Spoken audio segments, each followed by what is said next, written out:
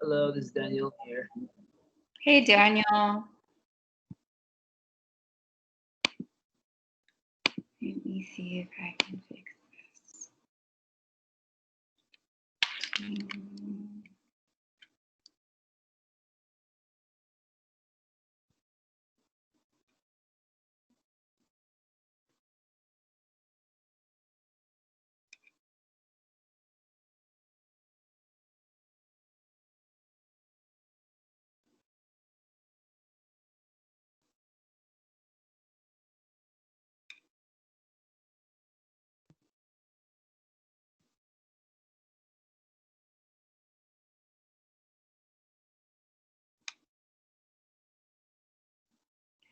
Daniel, did you look at your grade for the last test? Yes, ma'am. You looked at it? Okay.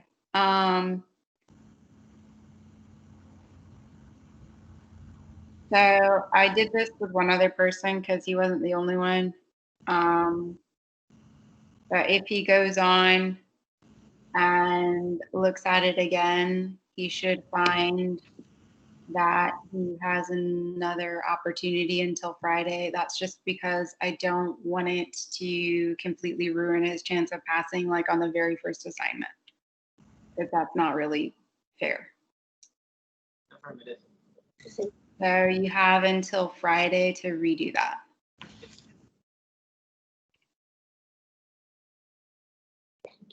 Do we have to cite our majors that we get in? This stuff? is college, so yeah. Oh, okay. I was actually texting my collaborators. Like, I think we have to cite it. I think probably, which that's a good question, and I'll probably bring it up when we get to the masses when everyone gets on in a second. This is college, so if you used something, you should cite it, or else you're stealing it, and that's plagiarism.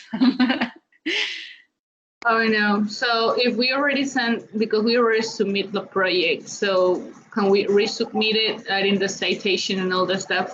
Yeah. Okay. I resubmitted my, I put a note when I resubmitted it to you. Yeah. I put a note that this is the correct one. Okay, that's fine. Yeah. Yeah, Erika, but we're going to have to resubmit it again because we need the citations. Okay. I didn't know you needed to. We needed what? We need to citate all the pictures and all the information. I don't remember everything I read, but Turnitin does. The Turnitin machine will catch it. So yeah, you can resubmit it with the sources cited. Oh, okay. Sorry, I'm getting poor connection. It's because I'm running errands. So I was like, I'm going to log in on my phone. You're not the only one that does that. I see people do that all the time. So at least you're getting the information that you need to get. Yeah.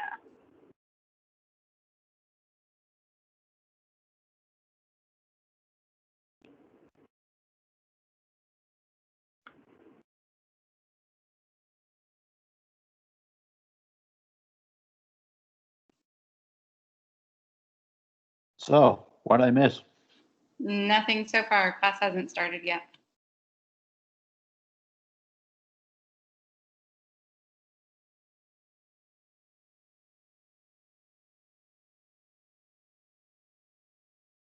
Good afternoon, Cora.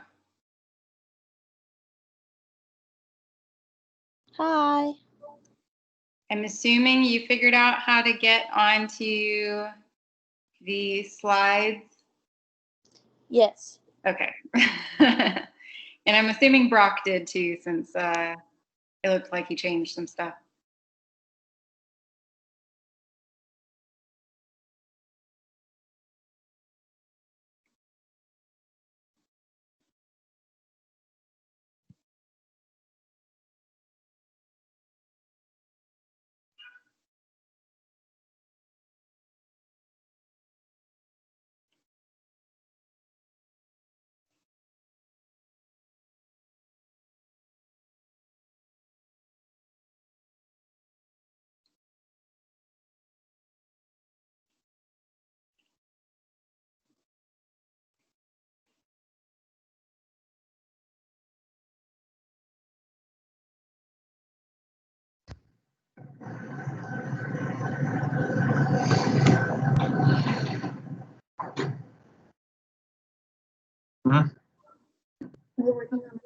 Hey, Micah. Hello. Yeah. Don't mind me in my Capri Sun. It's okay. I have lemonade, so I'm not much better.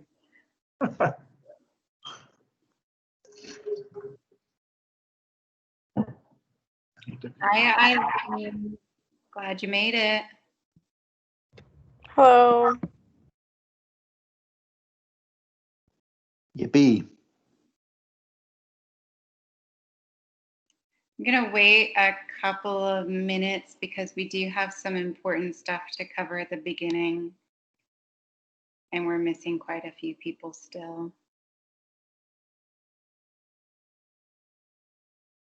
Bummer.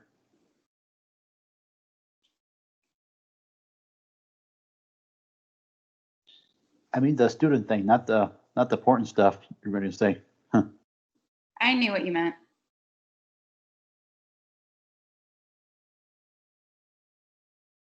Oh, good. I just want you to know.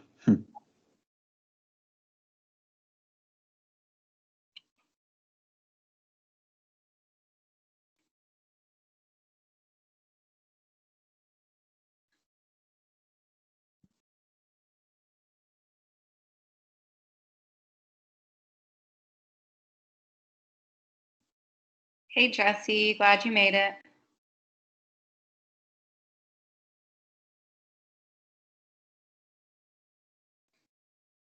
Hello.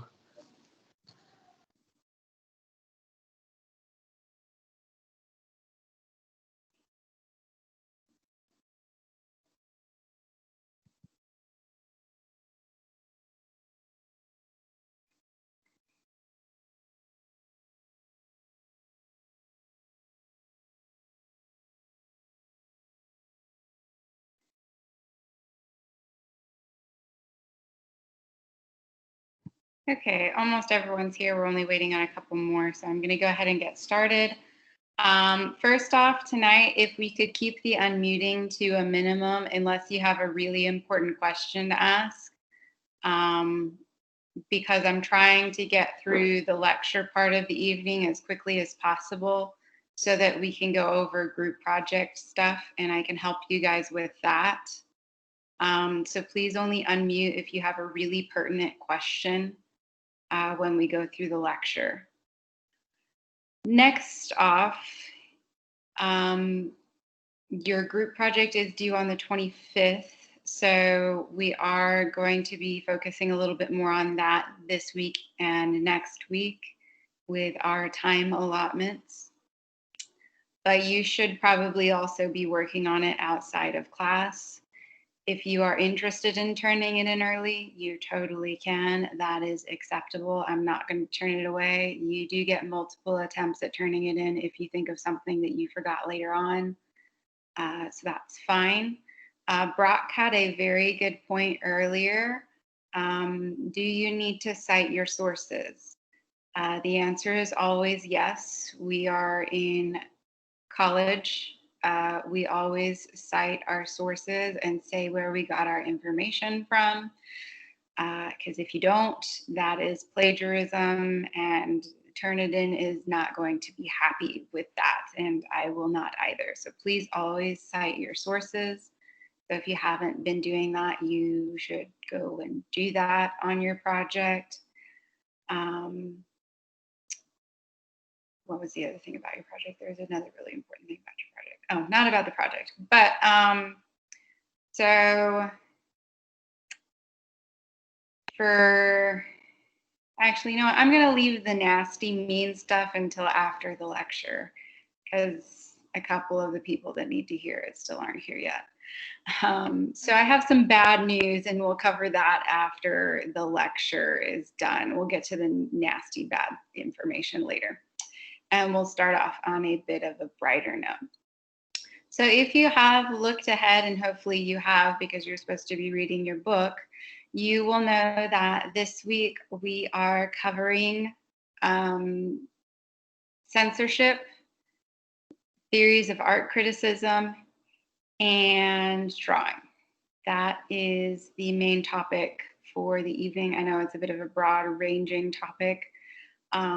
This is the odd week that we make the transition from covering the basic overarching themes of art into discussing specific mediums of art. So it's a bit of a mishmash for the evening since we are transitioning from one section to another. But there's really no other way to break it up, because if we only talked about chapter 5, it's only like 2 pages long, so we wouldn't have enough for an entire class time. Good afternoon, Norman. And almost everyone's here except for one person. That's exciting. We all made it on okay this evening. So like I said, we are going to cover chapter 5's information first, and then we will move on to drawing. We won't probably take a break in between the two because chapter 5 is super, super short.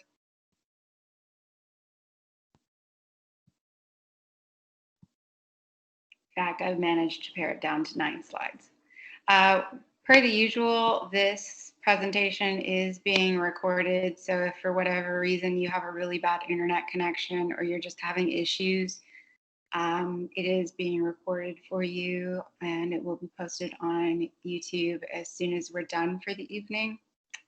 But chapter 5 is all about evaluating art and the topic of censorship, which is quite a good thing to be discussing since that was what your group project is about. So there are 3 different things that art critics do when they look at art. They will inspect the formal theories, contextual theories, and expressive theories that might be involved with that particular artwork. Art criticism itself is all about making judgments. Judgments, that word gets a really bad rap in the English language because usually when we're judging something, it's not a good thing. However, in art criticism, judgments can be made in both the positive and negative way. So sometimes art critics will look at something and judge it, and the judgments will have positive feedback or positive connotations. Sometimes it will just be a whole bunch of bad negative criticism. Of course, the negative criticism usually is taken into account by the artist, and they adjust future artworks or art shows to better, or at least be more receptive by the art critics who generally decide whether or not you make or break in the art world. So as I mentioned, there are 3 theories that art critics use when judging these artworks, the first of which is a formal theory. A formal theory focuses on what might have influenced the artist to make the choices that they did to create the composition that they made. So formal theory focuses more on art historical evidence of different things that the artists might have pulled from to become inspired. Artists, oftentimes we forget, also go to art school and have to learn about art. And in doing so, they're required to take a ton of art history classes to learn about artworks that have been made throughout history.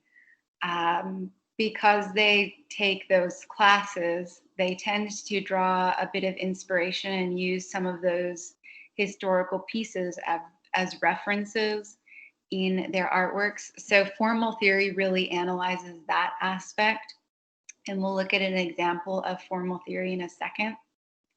The second theory of criticizing art is contextual theory.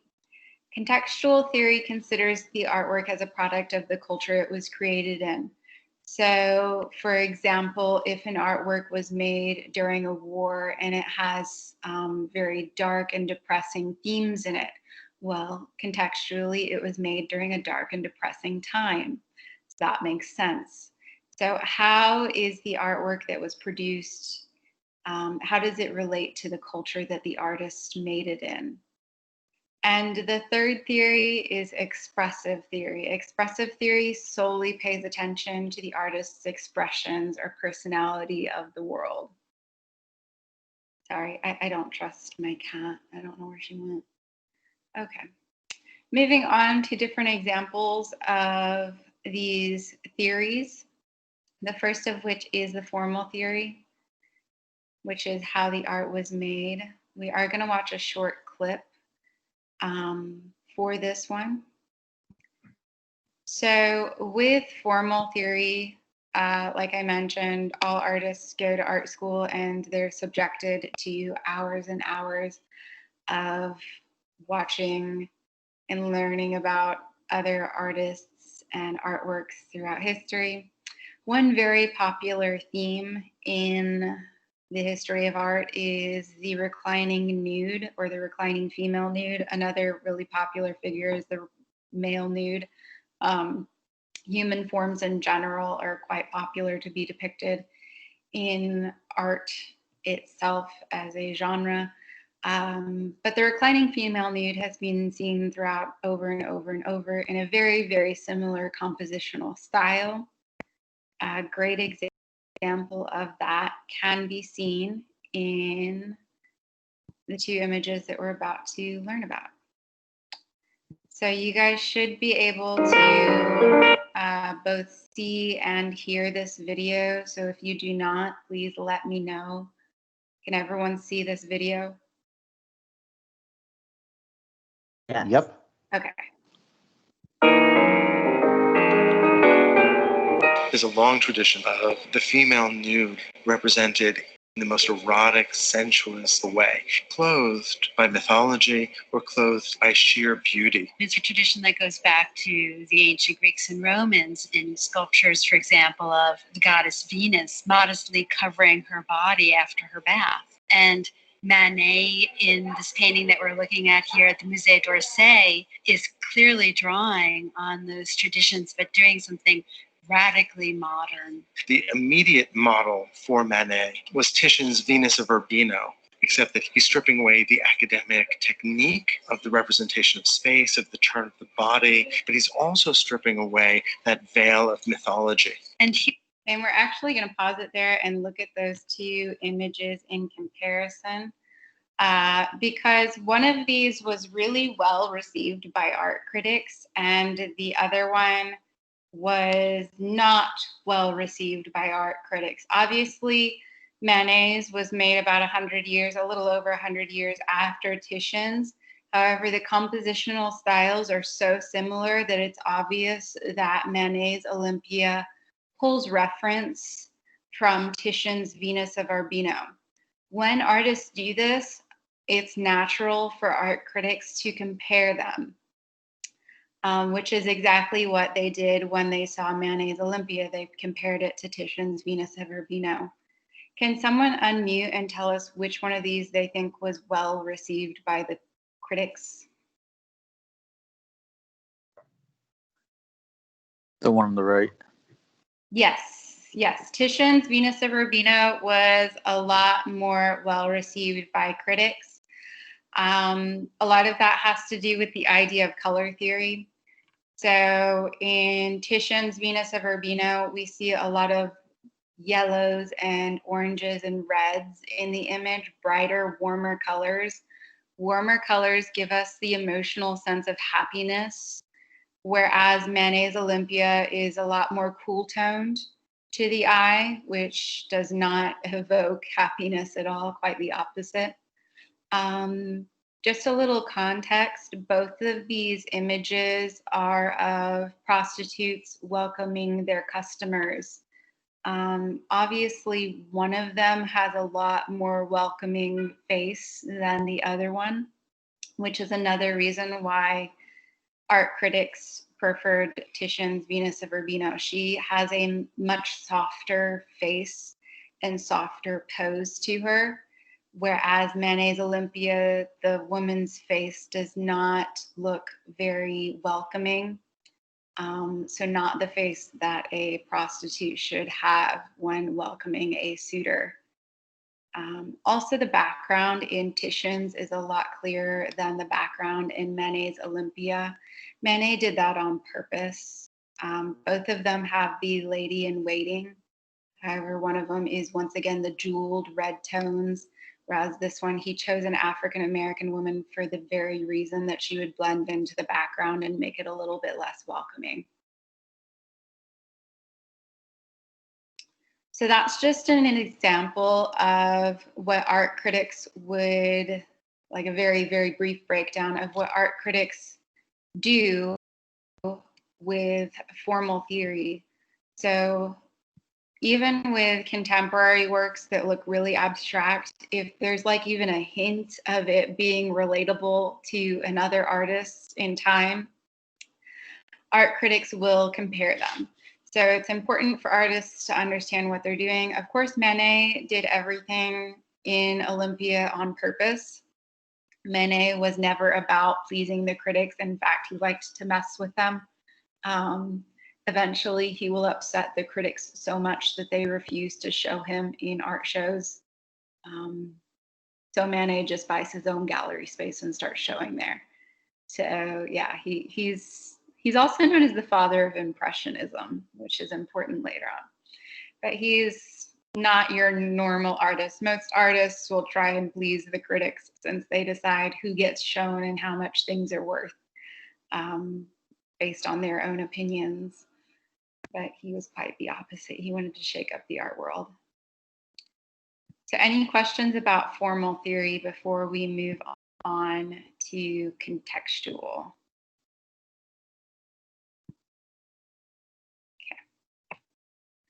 So contextual theory is looking at environmental influences or ways that the environment might have influenced the art that the artist made.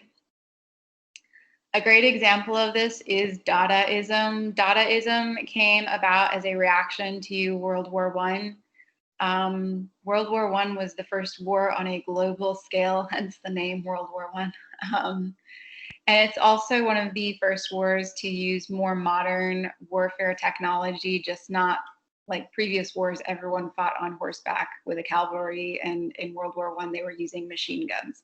So it was a lot different. There were airplanes. It was the first war with airplanes with machine guns attached to them.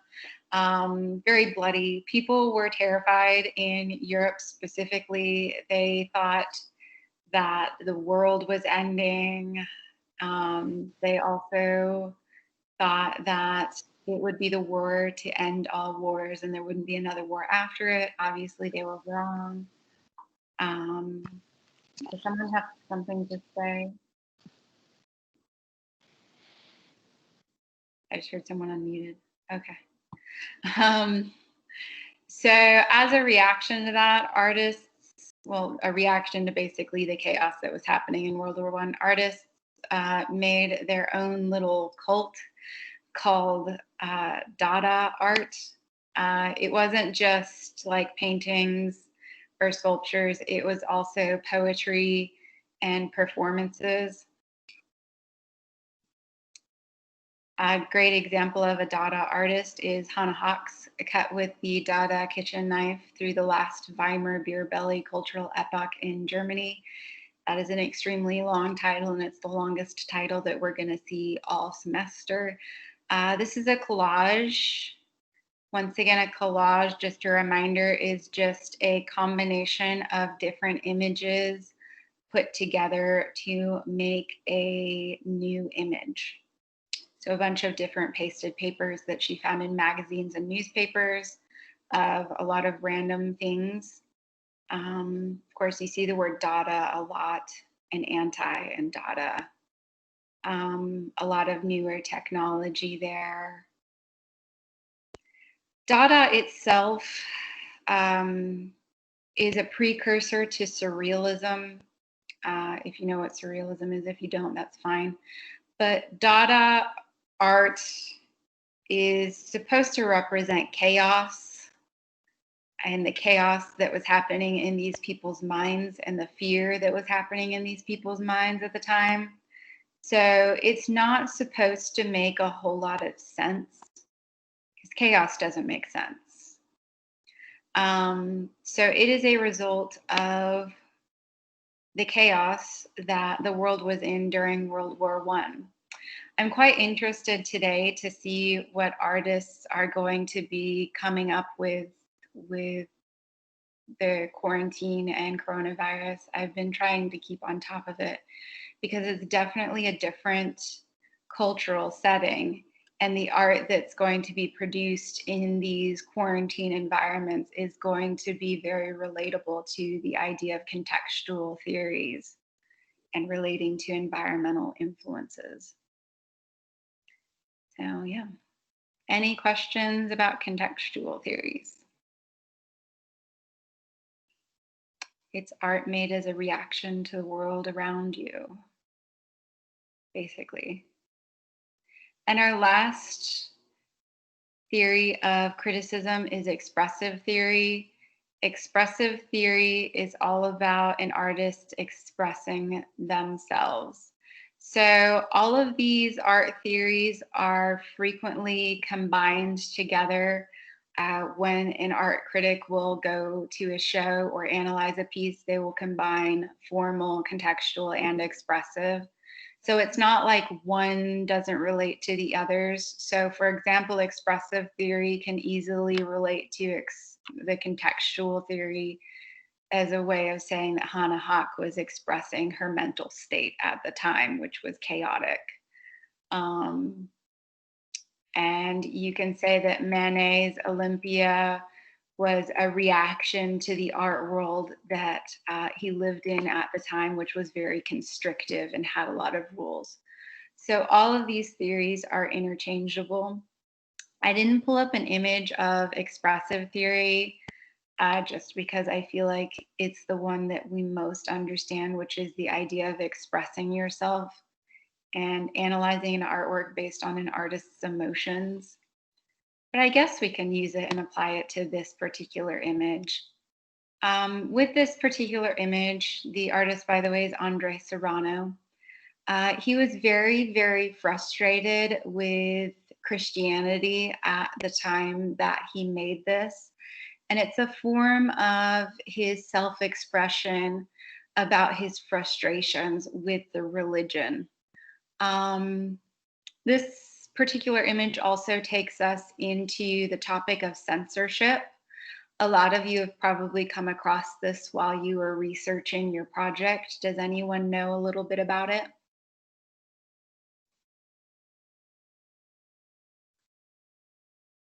Is it the one that Jesus was pinned down to a wood? Well, it's a crucifix, yeah. But it has a specific title. Oh. I saw it, but I didn't get to review it. This is like the quintessential piece for censorship here. This is entitled Piss Christ. So what this is actually a photograph that Serrano took of a crucifix dunked in his own urine. And like I said, it's a commentary on how he felt towards Christians at the time. He felt like Christians were very hypocritical and basically pissing all over the sacrifice that Christ made. So that's just his way of expressing his frustration. But on to the topic of censorship, this particular photograph was immediately removed from the gallery it was displayed in. The show didn't even really get to open. People were so angry about this particular photo being on display in the public. They were very offended by it. Of course, they didn't listen to Serrano's expression and why he did it. They were just mad about what it was a picture of instead of what it represented. Another example of people being offended by religious artwork is Chrysophiles' Mother Mary image, which is in your book, or the Virgin Mary image that's in your book. Chrysophiles didn't do that to offend anyone. He painted a picture of the Virgin Mary and he put elephant dung on it because in his traditional African culture, elephant dung is considered sacred. So to him, it made perfect sense to put elephant dung on the painting of the Virgin Mary, who is a sacred person. But to Americans at the time, it did not make any sense, and that particular painting was also removed from display. Both Piss Christ and the Virgin Mary by Chrysophylle are on display now. They were censored temporarily due to public disagreements, I guess you could say. But are there any questions about expressive theory or about the idea of censorship? Which, by the way, censorship is removing or not allowing someone to see something for various reasons. Those reasons can be religious, political, change depending on what's in the image. For example, if you don't want someone to see something with genitalia or anything on it, you might censor it. Things like that. So there's lots of different reasons to censor something.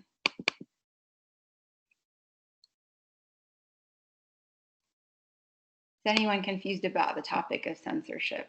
Because that's kind of an important thing since that's what your project's about. No? No one's confused about censorship? Okay. Like I said, tonight's going to be a little bit of a mishmash because after that chapter 5 section, we do segue quite a bit for quite a while until chapter 14. We're going to be segueing and going through the different mediums of art. And then finally in chapter 15, we get to the stuff that I really love to talk about, which is art history. But before we ever go into like art history things, we really have to discuss how art is made and the different vocabulary terms and vernacular that applies to the different mediums, so that when we do get to the art history section, you know what I'm saying and what I'm talking about. Eric, question? What does mishmash mean? A mashup of random things. Of course.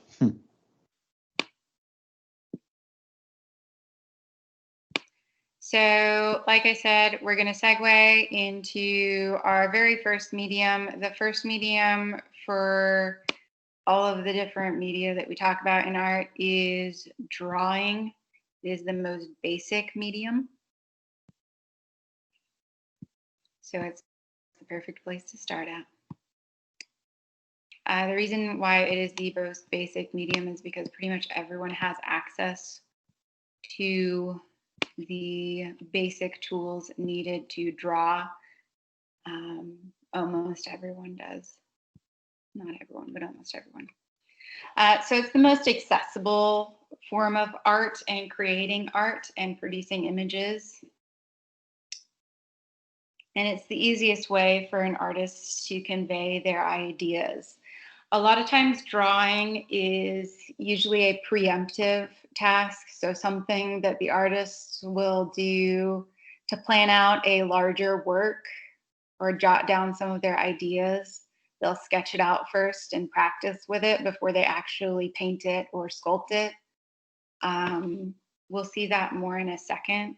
Even movies will use storyboards or drawings before they actually film the movie, just because you don't want to waste a whole bunch of money on film and then end up with really useless scenes. So they'll draw it out first. Our first example of a drawing is actually not done as a study for a larger work. It is actually the end work, and that is Henry Moore's shelter drawings.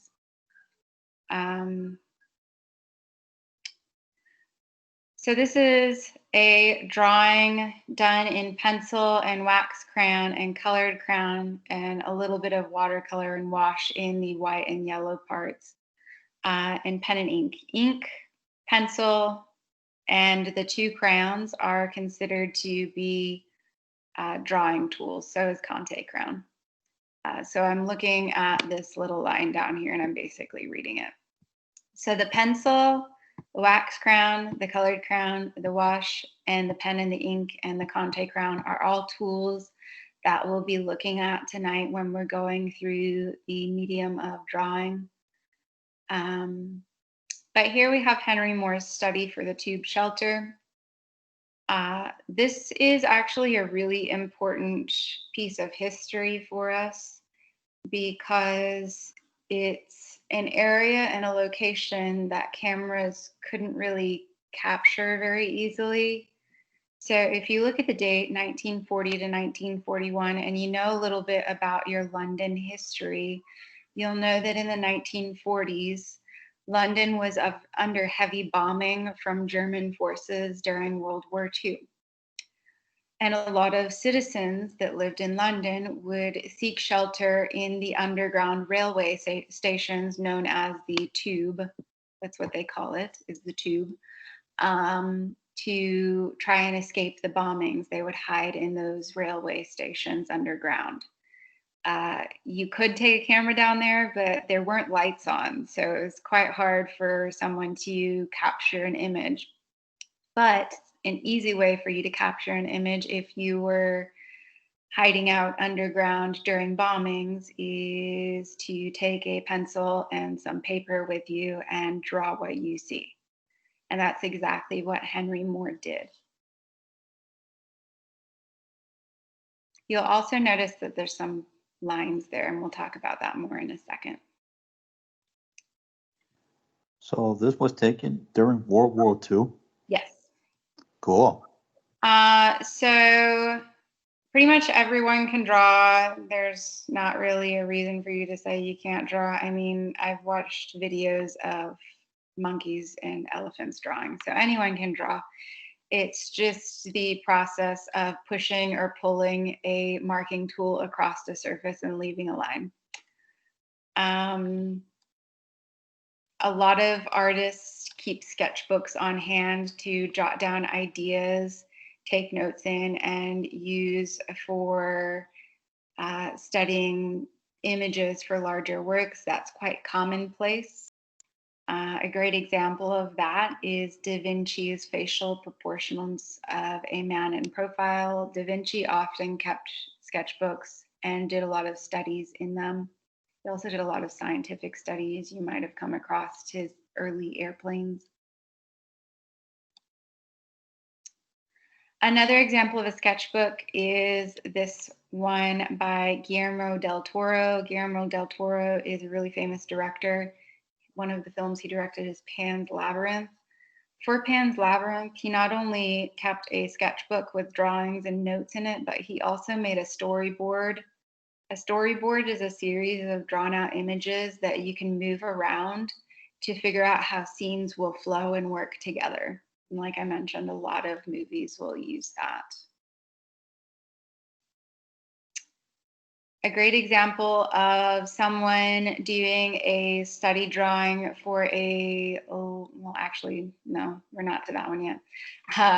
Let's go backwards a little bit. Another kind of drawing that artists will do is receptive drawing, which is trying to capture what they see in life. And yet another example of something that an artist would do to draw is projective drawing. So drawing something that they see in their mind or that they've made up. And Pan's Labyrinth is another great example of projective drawing because these creatures obviously don't actually exist. But another example of projective drawing is Martin Ramirez's Untitled 111, which is once again another drawing. It's colored pencil and graphite on paper with some gouache. And I just saw one of his drawings for sale the other day. It was almost exactly like this. So here we see a train in a tunnel. However, this train obviously cannot exist. The artist made this up in his mind's eye with projective drawing. He's projecting what he's seeing onto paper, or what he sees in his head onto paper. Some artists are automatically really, really amazing drawers, and they have great skill at that. Other artists, it takes years and years of practice to get really good at. Some examples of really famous artists that could not draw worth a darn when they started out were Paul Cézanne and Vincent van Gogh. And we're going to look at a couple of Vincent van Gogh's works to see just how quickly he progressed with his drawing skills. But yeah, like it says down here, good drawing can appear deceptively simple. It's actually really, really hard to be a very good drawer. And even if you are already exceptionally skilled as a child, it still takes a lot of practice. And it's a skill that you have to continue using and developing. So here is one of Van Gogh's earlier drawings from 1880. And then just 2 years later, he's already progressed this much with his drawing abilities. Which, fun fact about Van Gogh, he actually didn't sell a single artwork while he was alive. He didn't sell anything until after he died. That's terrible. Yep. So Van Gogh felt like before he could move on to painting, which is what he's most famous for today, he felt like he needed to really master drawing. And you'll come across several artists like that if you really delve into the subject. But as you could see, he struggled with drawing. So what he did is he practiced a whole lot. He himself didn't want to try and achieve photographic accuracy. And a lot of artists don't try to make things look exactly like a photograph. There's no way an artist could ever do better than a photograph at showing what something looks like, unless you're copying a photograph, just because it's impossible for a human to make something as realistic as the photo and the technology does. So a lot of artists don't try to make things look exactly photographically accurate. Some will make things look realistic, but they'll add things to it to make it look more compositionally appealing. And others will kind of almost like, I want to say Photoshop, but that's not the word, but they'll make things look nicer instead of trying to be photographically accurate. A really famous people, well, not really famous people group, but a really well-known people group specifically known for their drawing styles is the Japanese people. Japanese art styles, actually, before we get to that, Japanese art styles themselves originate from the idea of calligraphy, which calligraphy originated from China, and then Japan kind of stole it and made it their own. But calligraphy is using a brush and paper to write out words in kanji. And they used the brushes from calligraphy to start painting with. European artists also really fancied the Japanese style of using a brush to draw with. A great example of that is Vincent van Gogh. So Van Gogh used a very similar technique to what Japanese artists did, which is watering down your ink and basically painting it with either a reed pen or a brush onto the paper. It's still considered a form of drawing because you're using ink. However, you are more likely than not doing it with a brush.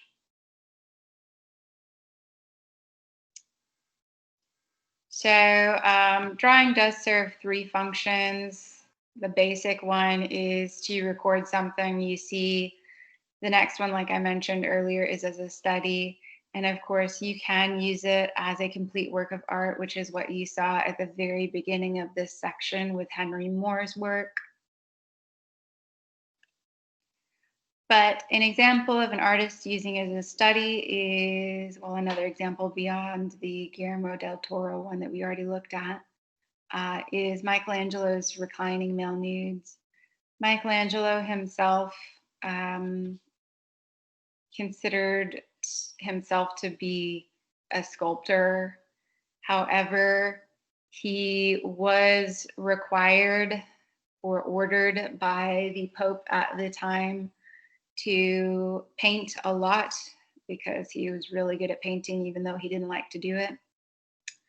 And this particular drawing of the male reclining nude was actually used in the Sistine Chapel ceiling. So if you were to pull up an image of Adam, or the creation of Adam is what that particular panel is called, this is actually Adam. But what he did is he went and studied male figures and copied them as accurately as possible in a sketchbook beforehand, before he painted it. Another example of someone doing sketches before they make the actual end product is Picasso. Yes, this is a sketch for an end product. The end product itself is Guernica, but this is the very, very first sketch done for the study of Guernica. I know it looks like a 2-year-old did it. I am very aware. Pencil on paper, done by one of the most renowned artists in the world. This is the later study done for Guernica. It looks a lot better than the previous study did. And it looks a lot more similar to what the end product actually is. And here's the end product itself. And there's a lot of history behind Guernica, but I'm not going to spoil it because we do have to talk about that one when we get to our history section quite a bit. But it's obviously a bit more abstract. So, like it keeps mentioning over and over, preliminary drawings and sketches are done as studies and ways to consider how your end product or your finished piece will look like. However, sometimes artists will use them as cartoons. So cartoons are, that's one of your main vocabulary words for this evening, is a cartoon. And we're not talking about a TV show that's animated. Cartoons are guides or studies for larger works. And these studies are made in full size. So with this particular study of Guernica, you can see it's very small, whereas the end result of Guernica is quite large. We went from 8 inches by 10 inches to 11 feet by 25 feet. So clearly they are not similar in size. A cartoon is going to be the exact same size as the end work. It's primarily done for fresco paintings, for mosaics, and for tapestries. The main reason being for fresco is that once you start working on a fresco, you're very limited on time, and if you screw it up, you're going to have to completely start over. So they would do cartoons as references for these large works so that they wouldn't mess up on them. And these are full-size drawings done as a guide. It's very important that you understand what the word cartoon means. Number one, it's going to be on your next test. Number two, it's going to keep popping up throughout this course, and I don't like to have to explain things over and over again. So a cartoon is a full-size drawing made as a guide for another work in another medium.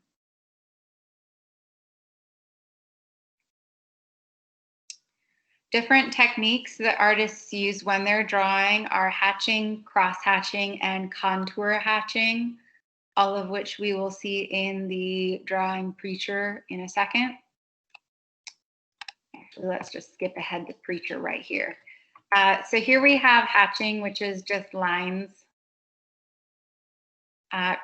Cross-hatching is used for shading a bit more, and it's just taking the lines backwards and forwards in different directions.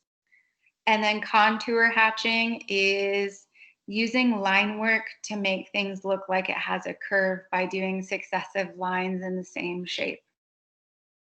And you can see specifically cross-hatching in especially these darker areas on Preacher right here. And if you got really, really close, you could see some regular hatching line work up in the wrist. The lighter areas have just regular hatching. You can even see the cross hatching in the back and some hatching in the very, very back. So this is all pen and ink and graphite. Speaking of pen, ink, and graphite, we need to go over some drawing tools and their line characteristics. Basic drawing tool is a pencil, graphite pencil. Another tool seen in drawing a lot is charcoal. Charcoal is very flaky. I always relate it to like children's sidewalk chalk, but softer. And then of course you have your pastels. Pastels come in both chalk format and oil format. So there's a dry and an oil, depending on which one you want.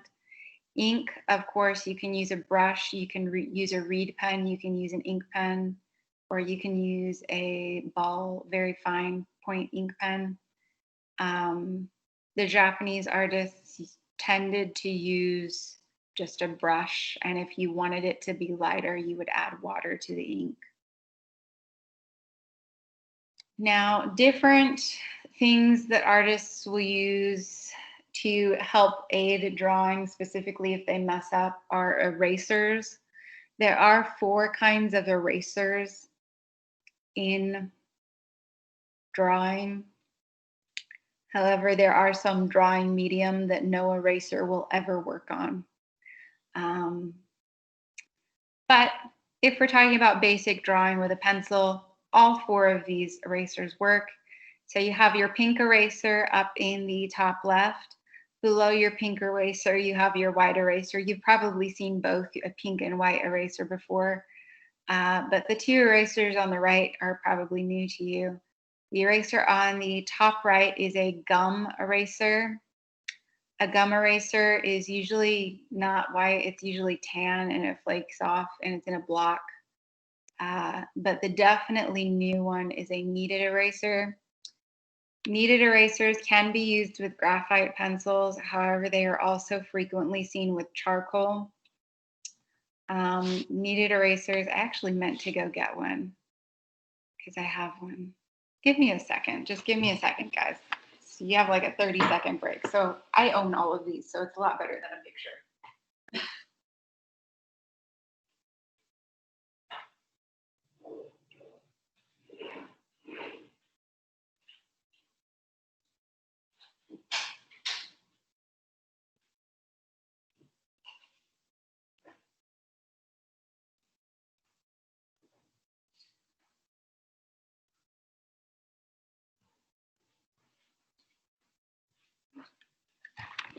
One of the perks of me actually doing this at home and not at school is that I actually own every single one of these things that we're talking about.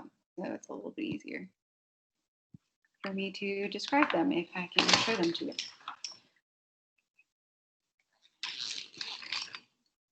So your white eraser, this one's super messy because I used it a lot. It's just a white rubber eraser. My kneaded erasers got a little hot and melty. Pink eraser, once again, very dirty because it's been used a lot. Gum erasers are generally tan. Usually they're about twice this size, but I've once again used that a lot. And your kneaded eraser is a gray blob of malleable stuff. You bend it, you mold it. It's kind of like silly putty texture wise. And what you do with a kneaded eraser is that you will get your paper, and if there's something on your paper that you don't like or you think something's too dark on your paper, you will stick this down, press it down, and then pull it up. And it will remove a lot of the shading and marking in that particular spot. So a kneaded eraser is primarily used if you make something too dark or you shade it too dark and you want to remove some of it. Pink eraser and gum eraser are the main tools used in drawing, specifically the gum eraser. It's really good at getting up marks with graphite. White eraser kind of smears it a little bit, so that's not as used.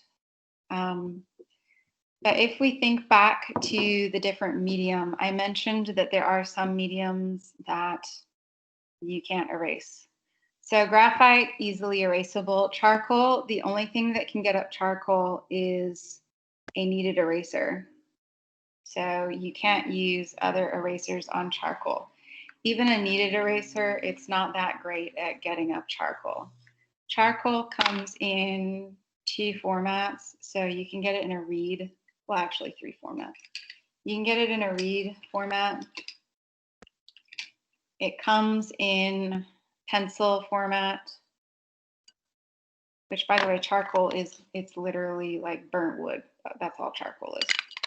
And the main way that you will see charcoal is in a little crayon form, which it's not really a crayon. And as you can see, I just barely touched it and my fingers are already really dirty. This stains, so yeah. And once again, the only thing that gets up charcoal is a kneaded eraser. With ink, nothing removes ink unless you get like whiteout, but it's probably going to show on your paper or show through. You can't fix ink if you mess up. Ink comes once again in several formats. There's a brush format, there's a reed format, and then there's a pen and ink format. There's a regular pen and ink like we write with a pen daily, but there's also a pen which will have a quill on the end. The different widths of the quills will determine how much ink that pen is going to hold. If you're left-handed, I would not recommend you using ink because you're going to have to do everything backwards or else it's going to smear. Like I said, you can't fix it if you mess up. So yeah. Any questions about those tools? I kind of went over them really fast. I think the main thing to remember is the different kinds of erasers and that there are charcoal, ink, and pencil, and pastel are the main mediums that you'll see in drawing. So that's the main thing you should remember out of that. Okay, we're going to go over all of the different mediums seen in drawing now, starting with the dry forms. So we're going to go over pencil, charcoal, and pastels first, and some Conte Crayon, which is not too different from a pastel. They all have varying degrees of hardness. For example, charcoal is extremely soft and messy. Pastel, if you get chalk pastel, it's very soft. If you get oil pastel, it's also pretty soft. Conte Crayon is a bit harder. And out of the lot there, pencils are the hardest.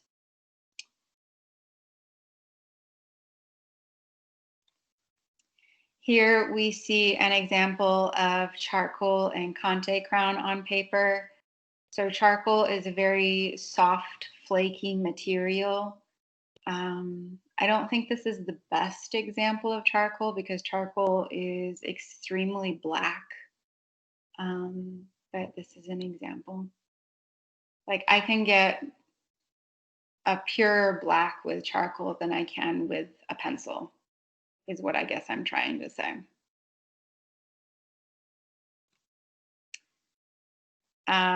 So once again, charcoal is a form of dry media. It's very dark and it's hard to remove it. If you get it too dark, you're going to be stuck with it. It is flaky, so you will have to fix your charcoal drawing to your paper with some sort of a varnish to keep it from flaking off or smudging. It says varnish here, but like honestly, if you're doing a charcoal picture at home, you can use hairspray. That will fix it there. So it's not that fancy of a deal. But you can get a lot of different grays all the way to black as far as a range of values. Charcoal, here's a great example of it being used in different varying values to create a spider's web. So we can see the outline of the web, by the way, it's the black parts that are the charcoal. So the white parts are the paper peeking through. Although you can totally cheat with this because there are actually white charcoal pencils, but you're not supposed to know that. Nice.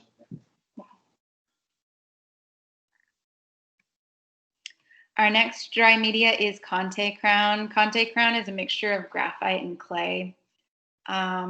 It does resist smudging a lot better than charcoal does, and it's a bit waxier. But wax, like Crayola crowns, are avoided by serious artists, and they tend to use Conte crowns instead because it's a little bit fancier. But it's basically it's a wax crayon. That's all it is.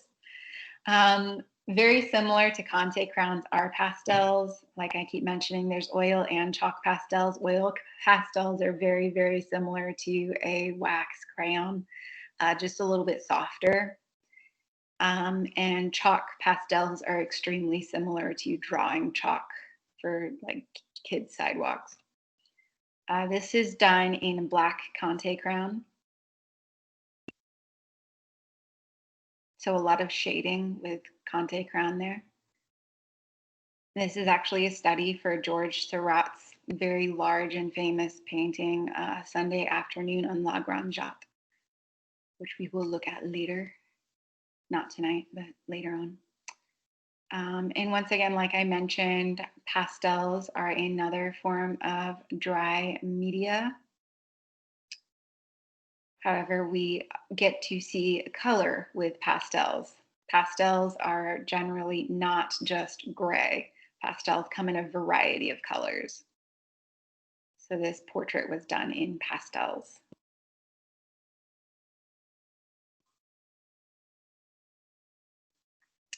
Moving on from dry media to liquid media. Liquid media is primarily ink and different washes of ink. You can thin the ink out with water. Ink comes in several different colors as well. With ink, you can also get markers. Markers count. But like I mentioned towards the beginning, the idea of using ink to draw with originated from the Japanese people. And here is an early example from the 1800s of that from hokusai. So this was done with a brush and ink.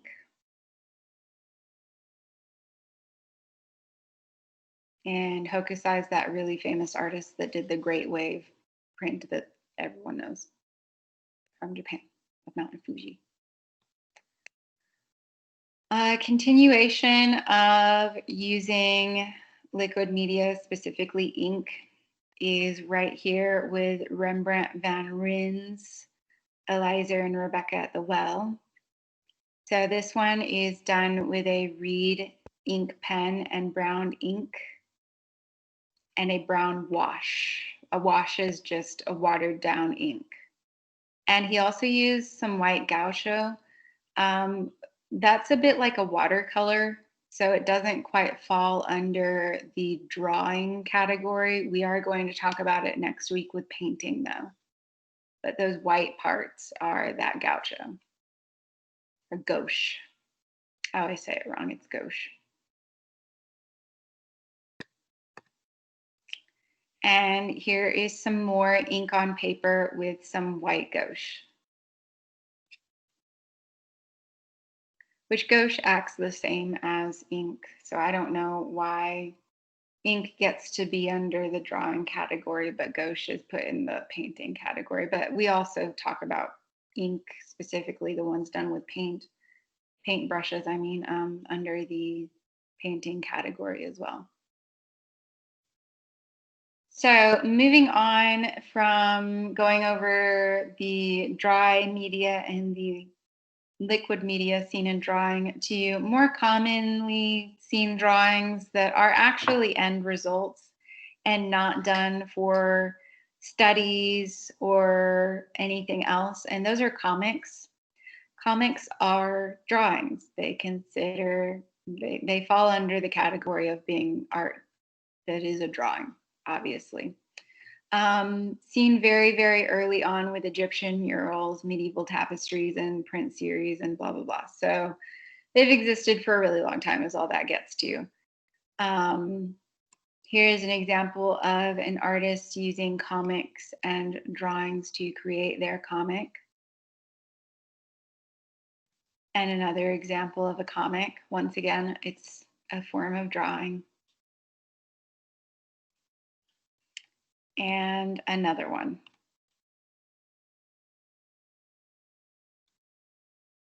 Here's a more Eastern take on a comic drawing. Here, though, the artist did use watercolor paints for the backgrounds, and the ink is just the bubbles in the front.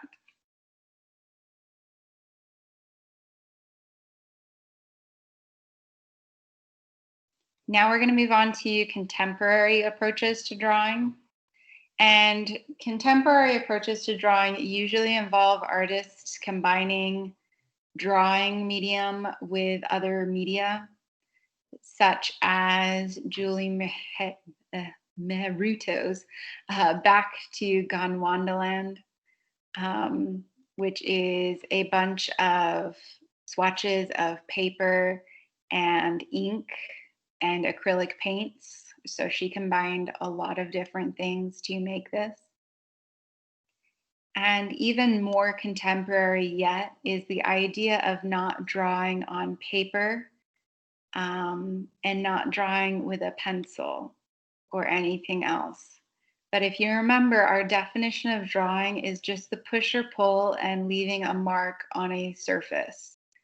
So technically, Christine Heibert's Reconnaissance, which is just painter's tape on a wall, does involve pulling specifically swatches of painter's tape onto a flat surface. So this does fall under the category of drawing, a very contemporary take of drawing though. And better yet, here's an artist that used colored pencils on mylar. Mylar is a very contemporary invention that hasn't been around for too long. It's been around for a while, but not that long. And the idea of colored pencils, most artists for a very long time would find that beneath them and not like avant-garde or artsy enough to be used in higher art forms. And here is an example of an artist that completely got rid of a pen, pencil, ink, charcoal, and paper, and he drew on an iPad. So we are seeing a lot more electronic art popping up these days. Here's just an earlier example of that from 2011 by David Hockney. David Hockney is a British artist.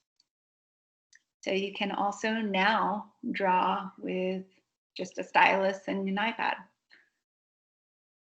Are there any questions about drawing? I know that was a bit of a whirlwind there.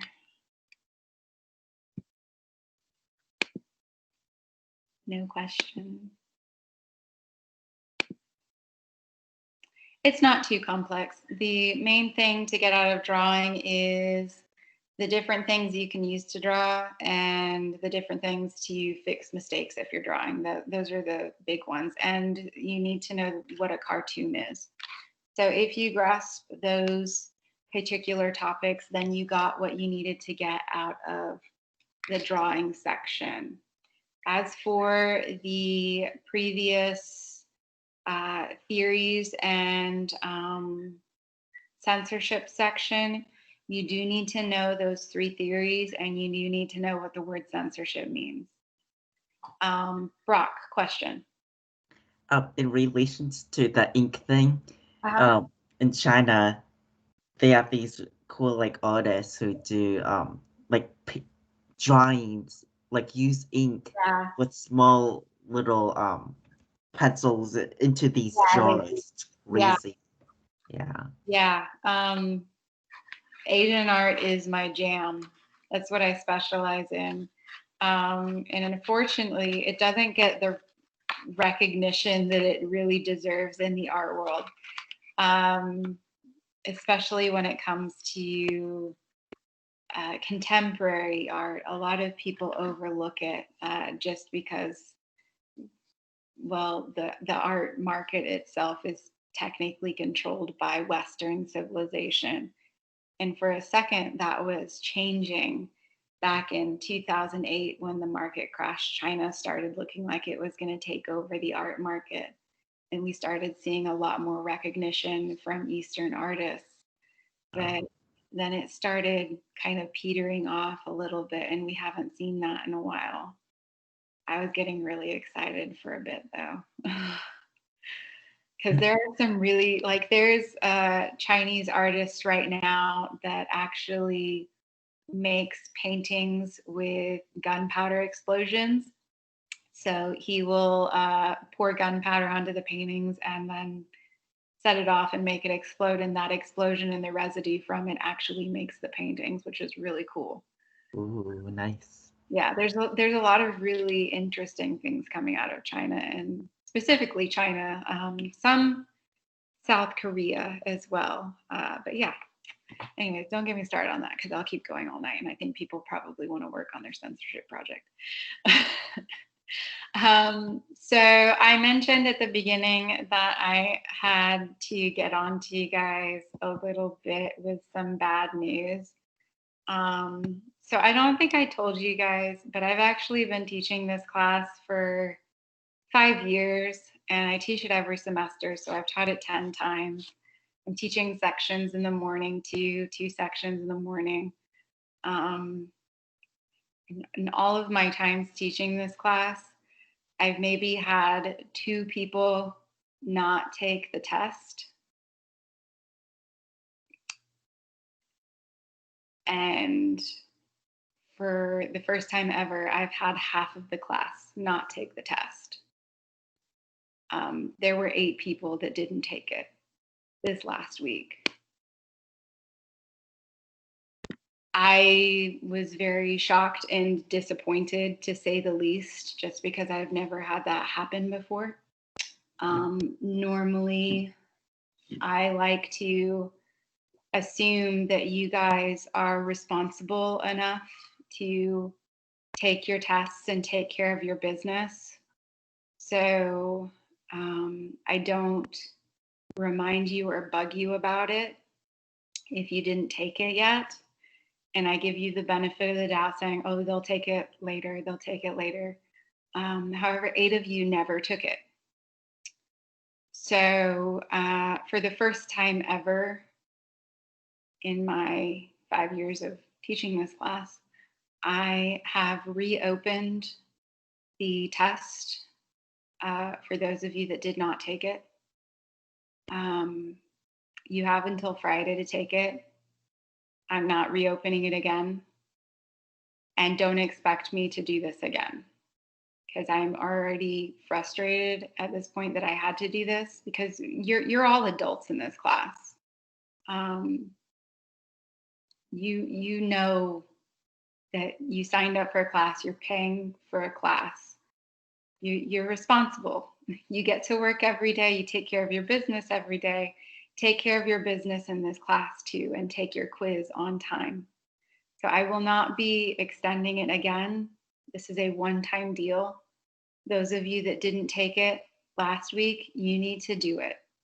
The main reason why I reopened it again is because I know that if you started off with a 0 in this class, there would be no way for you to redeem yourself.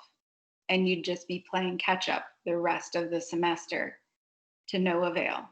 So I'm giving you a second shot at trying to pass this class.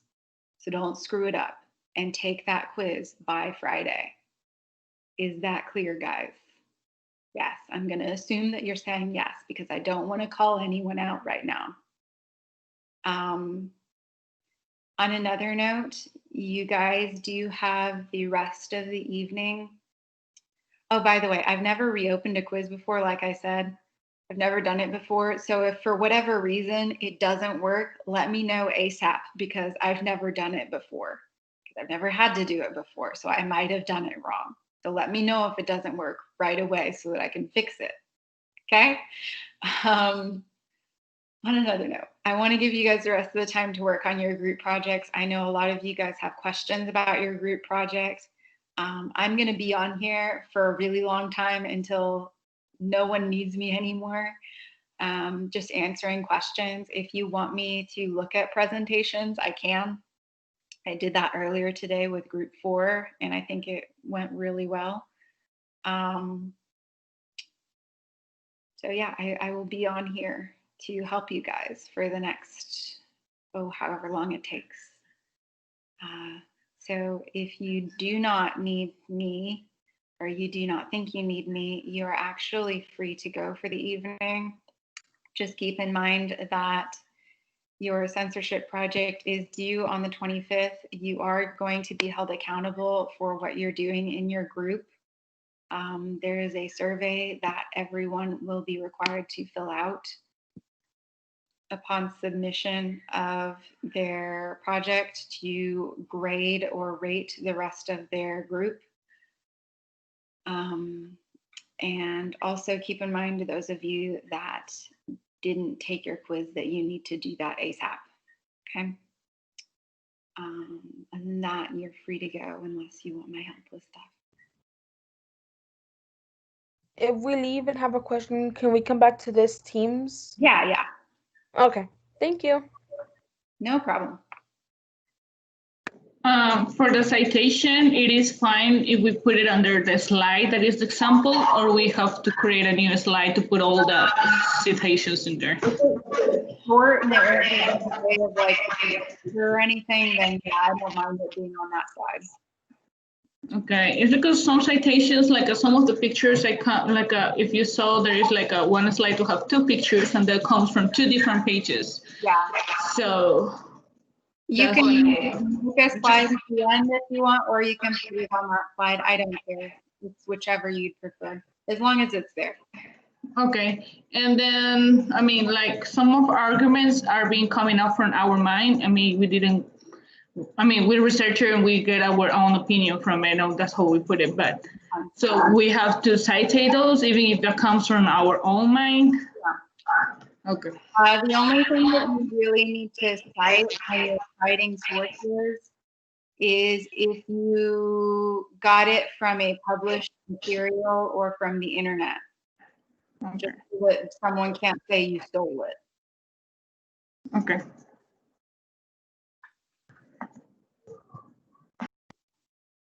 Thank you, Miss. No problem. Yeah, thanks. On the citations, do you want it like annotated or just copy the link and paste I'm it? not going to be super picky. If this was a paper, then I would say annotated, but for just the presentation, you can just use the link. That's fine. All right.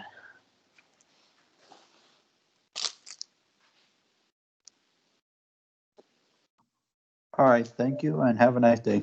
Yeah, before you leave, since you understood in the email that you're going to need to do it on your own, right?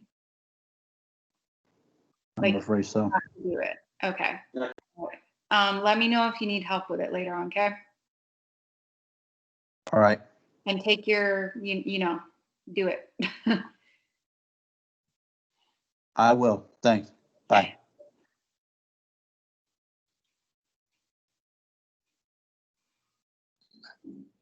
Thank you, Miss. I'll see you later. See you, Celine.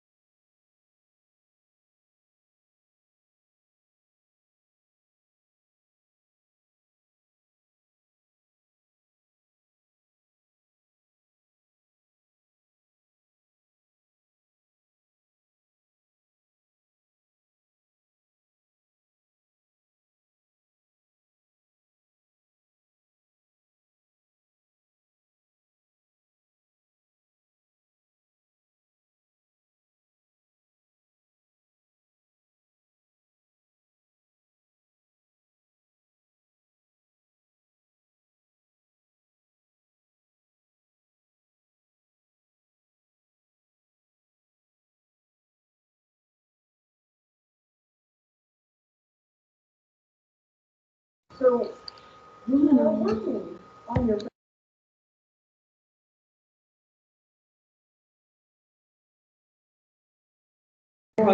have a question. Yeah. Okay, so like on each slide that we do, Uh-huh. are we just like finding art that we think should be censored and doing facts and like our opinion on it? So if you chose the idea that art should be censored, then I would find examples of artwork that was censored and figure out why it was censored. Okay. And then say, and I agree with this being censored because dot, dot, dot. Okay. But definitely also say why it was actually censored. Okay. I mean, that's what I thought, but I was like, I don't want to put it on there and it be all wrong. I understand. Thanks. I have something in mind about citation. So because like images are like circulated around articles, Right. could I use Google like image search and then find the source to it? Like, I mean, with images aren't so much something that you really need to cite, and I mean, you should, but do you know where you found the images? Like what webpage? no. Okay. Yeah, you can just do Google image search and find it, or Google search. Okay. I'm trying to think back. It's been a while since I've had to do one of these myself. Okay. I can look it up on Purdue Owl. I would do for sure. Have you been you know how like in the presentations I have the name of the artist and the title of the work and the medium and the dimensions and the Oh yes. So Yeah. make sure you're doing that. for sure. Okay. And also if you just do a image search for the image, since it doesn't, Okay. if you remember where you found it, and whatever page it looks close Sure. like Okay. that image, then Yeah. you cite that page. Okay, cool. Yeah. Thanks.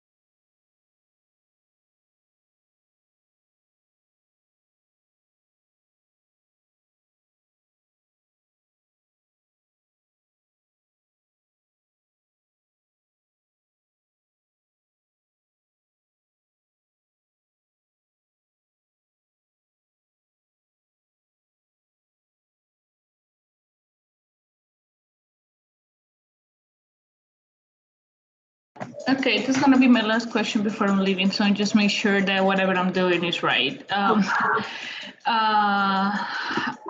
Using the citation machine, so that helps you through it to do it the right way. So I don't know if that is allowed, because once you have to do that and then copy and then paste in there, I don't want to plagiarize because she's using a certain like equipment to help her out. For this particular, I'm not too stingy about citations. When it comes to writing papers, I'm a little bit pickier, but for this, it's as long as I know where you got the information from, that's the big deal. Okay, and it's just like I don't want to put just a copy and paste of the page because some of them are like a ugly with a lot of words in there. So I'm just trying to have it like a formal for a project. I mean, real life scenario, and if you're writing a paper, then I'd probably make you guys do MLA format. But That's like wow. For this, it's not a big deal. That's the one that I'm using, the MLA, since you know, for composition and learning how to do that. Okay, most of the citation that I'm doing is not just because it's Google image, it's because it's the pages where we got the information about the paint or the picture and the picture that we copy from them. So it's have the information for both of them. That's fine. Okay. I guess everything is done. Okay. That should be the last thing. Okay. Okay. Bye. Bye.